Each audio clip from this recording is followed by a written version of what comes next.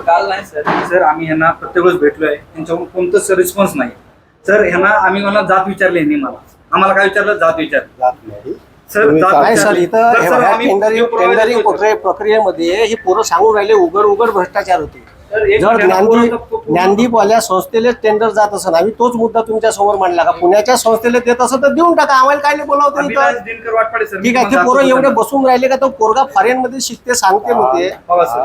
1 तास पोरांसोबत आज मला फिरके साहेब आले माझे डायरेक्टर, जायचं तुम्ही जा ना तिकडं. ह्या पोराचं म्हणणं 3 दिवस झाले ना, म्हणणं 2 तास काल बसलो आम्ही, 2 तास काल बसलो. आता मला सांगा, तुम्ही युपीएससीचं 10 कोटीचं टर्नओव्हर ठेवलं, 10 कोटीचं टर्नओव्हर मला सांगा कोण आमच्यासारख्या लोकांचं राहील का जी? सर यांच्या तक्रार करून सर 2 महिने झाले सर, ही तक्रार करून नाही सर. हो का, हे रिसिव्ह पोरं तक्रार करून राहिले, कमीत कमी विद्यार्थ्यांना हे मला सांगा का मोठाले क्लास घेणाऱ्या लोकांसाठी संस्था आहे का हे?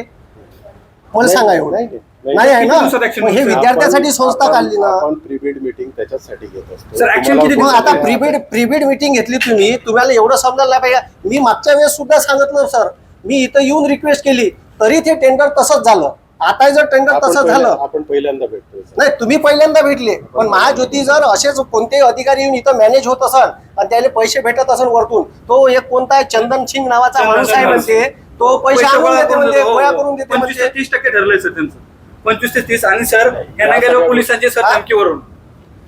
पोरायले पोलिसांच्या धमक्या देतात शिकवलेल्या पोरायले.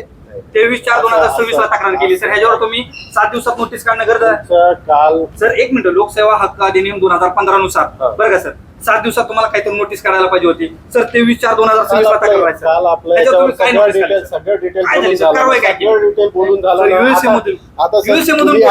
हे सगळे विषय नाही माझं काम नाही, ते पोरं आंदोलनाला बसले, त्याचं आंदोलन सोडून द्यायचं, त्याच्यावर काहीतरी करा ना. सर ही 2024-25 चा मुलगा होता अभिलाष, आणि 25-26 ला ह्या वर्षी आशुतोष सक्का भाव आला सर. दर वर्षी अशी युएसए मधली पोरं कशी ऍड होतात बरं? तो मुलगा एक्झाम न दिलेला आहे सर.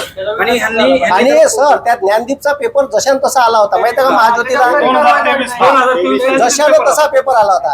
आता हे ज्ञानदीप दत्तक घेतली आहे का आपल्या महाज्योतीनं? आल्यानंतर कुठल्या कॅफे मधून सर चालते ज्ञानदीप? ठेवावं लागेल ना, विश्वास तर ठेवावा लागेल. त्याचं आंदोलन मिटवा ना, त्याचं आंदोलन कालच मिटलं ना.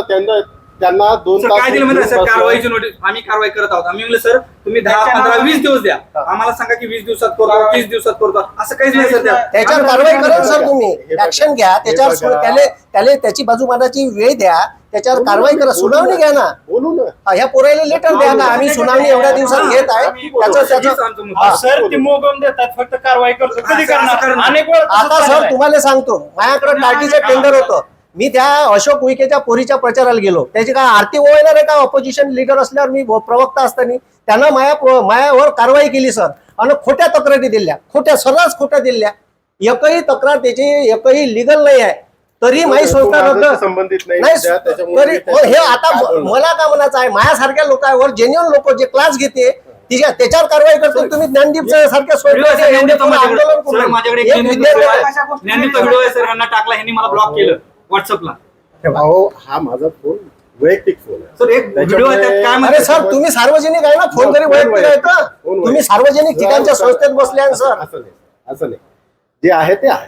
तुम्ही सर त्याला न्याय द्या, त्या ज्ञानदीपवर या संस्थेवर कारवाईची नोटीस बजावा, सुनावणी घ्या त्याच्यावर, आणि सुनावणी घेऊन कारवाई करा त्याच्यावर. ठीक आहे, त्या संस्थेला या टेंडरिंग प्रोसेस मध्ये सहभागी करून घ्यायचं नाही. ज्याचा पेपर येत असेल, नाही तर मग मी इथंच बसून उठणार नाही.